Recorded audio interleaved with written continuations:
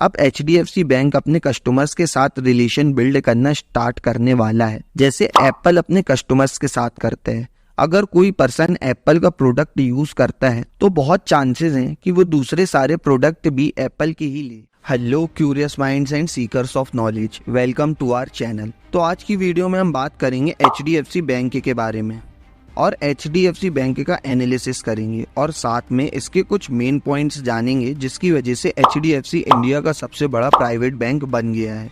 अब बहुत लोगों का ये क्वेश्चन है कि HDFC बैंक लंबे टाइम से इन्वेस्टर्स को पैसा नहीं दे रहा है और कई लोगों की इसमें इन्वेस्टमेंट है, इसलिए उन लोगों को इन्वेस्टमेंट को होल्ड करना चाहिए या सेल करके एग्जिट ले लेना चाहिए। और अभी जिन लोगों ने इन्वेस्टमेंट नहीं की है, अब उन लोगों को इन्वेस्टमेंट करना चाहिए या नहीं।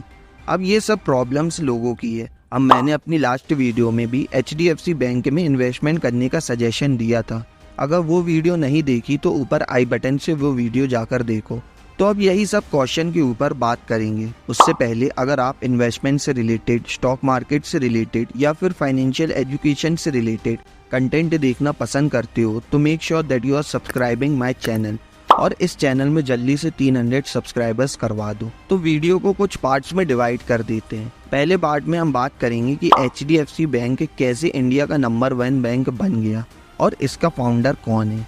और दूसरे पार्ट में हम बात करेंगे कि आपको HDFC बैंक के शेयर्स बाय करना चाहिए या नहीं और अगर करना चाहिए तो क्यों।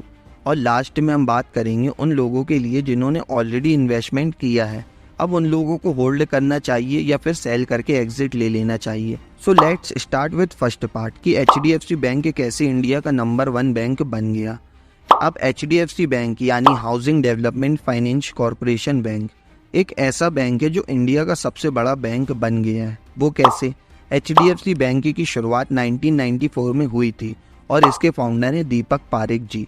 अब ऐसे तो HDFC बैंक इनके चाचा ने बनाया था, लेकिन आज इनकी वजह से HDFC बैंक यहाँ है। और शॉकिंग बात यह है कि इनके पास HDFC बैंक के शेयर्स भी नहीं है। ये एज अ एम्प्लॉय काम करते हैं HDFC बैंक में।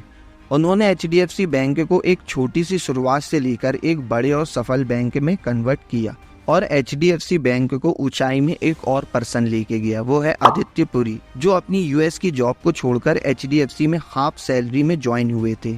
उनके लीडरशिप में HDFC बैंक ने इनोवेटिव बैंकिंग सॉल्यूशन और कस्टमर सर्विस में एक्सपर्टीज ली।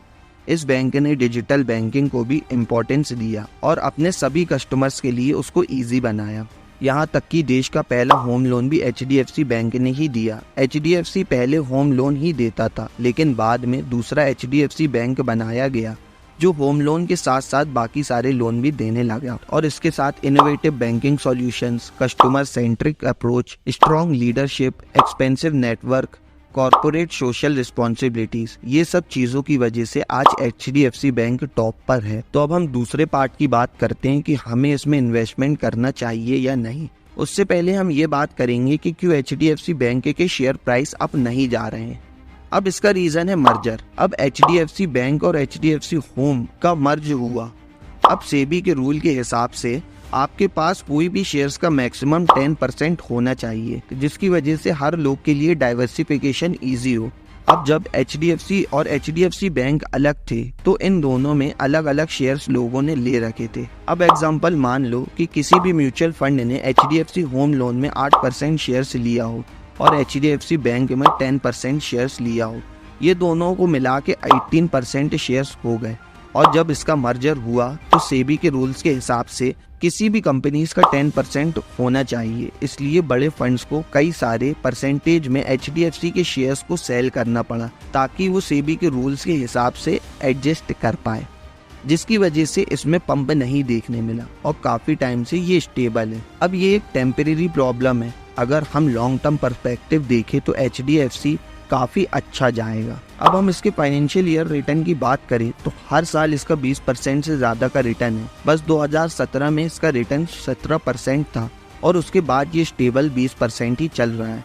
आप इस इमेज में क्लियरली देख सकते हो। और अगर हम इसके PE रेशियो और PB रेशियो की बात करें जो कि है 17.9 और 3.01% और इसके लास्ट 3 ईयर्स का ग्रोथ आप इस इमेज में देख सकते हो।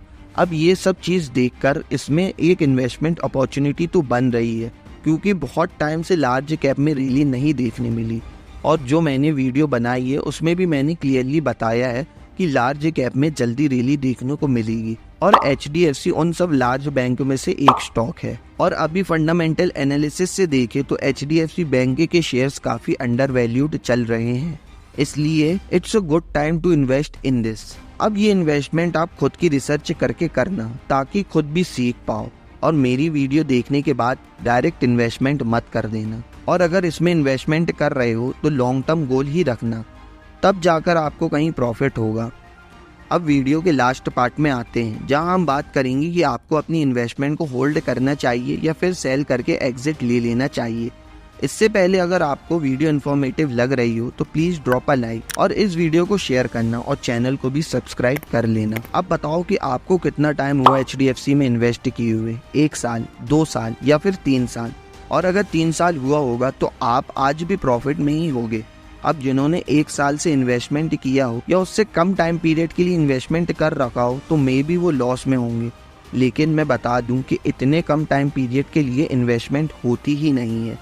अगर आप कंपनीज में इन्वेस्ट कर रहे हो तो मिनिमम 5 सालों के लिए ही करो, क्योंकि तब जाकर ही आपको प्रॉफिट को समझ में आएगा। और अभी तो टेम्परेरी रीजंस की वजह से HDFC बैंक में ब्रेकडाउन देखने मिल रहा है, लेकिन जल्दी ही इसमें रैली देखने को मिल सकती है। अब HDFC बैंक अपने कस्टमर्स के साथ रिलेशन बिल्ड करना स्टार्ट करने वाला है, जैसे एप्पल अपने कस्टमर्स के साथ करते हैं। अगर कोई पर्सन एप्पल का प्रोडक्ट यूज करता है तो बहुत चांसेस हैं कि वो दूसरे सारे प्रोडक्ट भी एप्पल के ही ले। वैसे ही HDFC अपने लोन देकर या दूसरी बैंकिंग सर्विस देकर कस्टमर्स के साथ रिलेशनशिप बिल्ड करेगा, जिससे कि वो कस्टमर उनकी दूसरी सर्विस लेने के और ज्यादा चांसेस बढ़ जाए। इसके अलावा ये फ्यूचर में अपने 1500 से ज्यादा ब्रांचेस भी खोलने वाला है और इसके साथ साथ अपनी टेक्नोलॉजी को भी बढ़ाना चाहता है। अब HDFC एक टेक्नोलॉजी कंपनी बनना चाहता है जो कि बैंकिंग भी साथ में करती है, और यही सब रीजन की वजह से आपने अगर इन्वेस्टमेंट की है तो आपको उस इन्वेस्टमेंट को होल्ड करना चाहिए, क्योंकि बहुत चांसेस हैं कि HDFC शेयर्स ऊपर जाए, और अगर आपने सेल कर दिया और एग्जिट ले लिया तो आप वो प्रॉफिट नहीं कमा पाओगे।